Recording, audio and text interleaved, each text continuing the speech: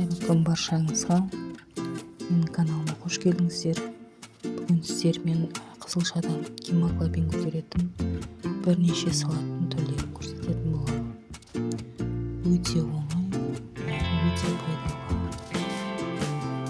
3 қызылшаны қабығын ашып, суға пісіріп аламыз. Одан кейін піскен қызылшаны үккіштің майда өткізгішінен өткізіп аламыз.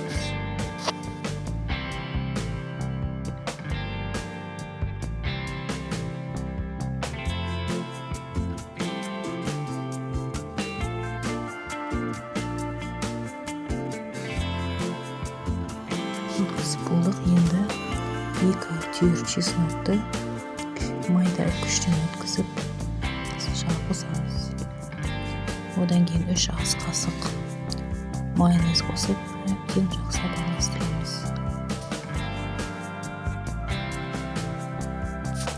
Салатымыз дайын. Дастарханға ұсына берсеңіздер болады. Бетіне укроп, петрушкамен әсемдеуіңізге болады. Бетіне күнжіт септім. Күнжітпен әсемдедім. Сізде осылай жасасаңыздар болады. Екінші салатымызды бастаймыз. Ол үшін бізге піскен қызылша, піскен жұмыртқа және тұздалған қияр қажет болады.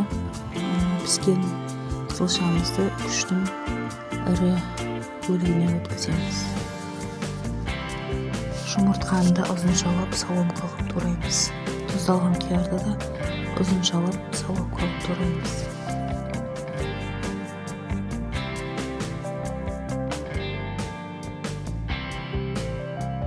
Үш ас қасық майонез қосып, шым-шым тұз қосып, жақсылап араластырамыз.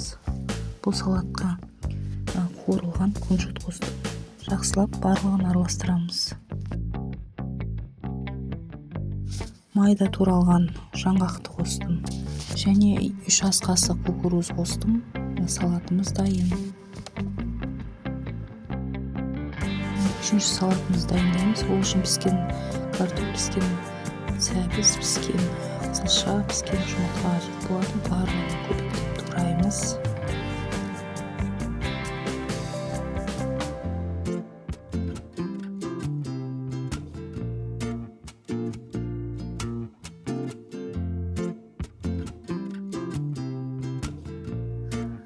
Барлығын турап болғаннан кейін кукуруз қосамыз. 3-4 ас қасық кукуруз қосамыз. Одан кейін тұздалған қияр қосамыз. Оны да көбіктеп тураймыз. Колбаса қосуға да болады. Одан кейін майдалап укроп қосамыз. Және 3-4 ас қасық майонез қосып, жақсылап араластырамыз. Бұл салатты винегрет деп те жатады. Бұл салатқа квашеный капустаны да қосуға болады. Колбасаны да қосуға болады. Салатымыз дайын. Ас болсын. Енді келесі салатымызға 6 алма және 6 піскен қызылша, өрік, мейіз, жаңғақ, құрма қосатын боламыз. Бұл салатқа анар қосуға да болады. Тюрканың, яғни үккіштің майда көзінен өткіземіз. Алманы да, қызылшаны да өткізіп аламыз.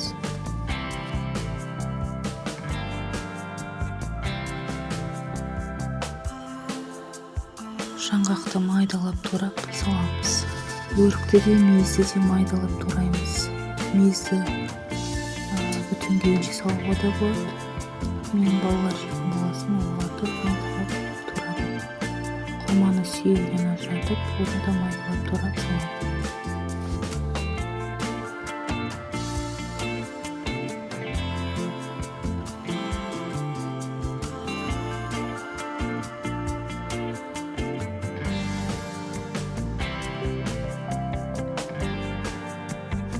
Енді майонез салып, жақсылап араластырамыз.